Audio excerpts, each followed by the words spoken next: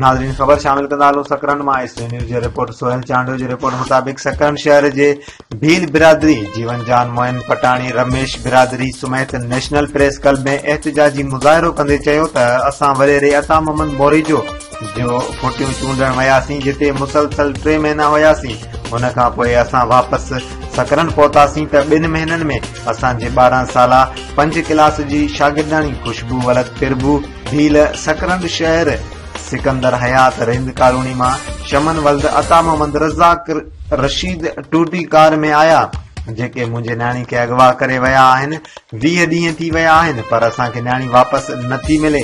असां अर्ज़ कंदासीं वज़ीर आज़म, वज़ीर आला सिंध, SSP शहीद बेनज़ीराबाद असांजे मासूम न्याणी वापसि कराए ॾियनि, जे न त असां पंहिंजो पाण खे बाहि ॾींदासीं।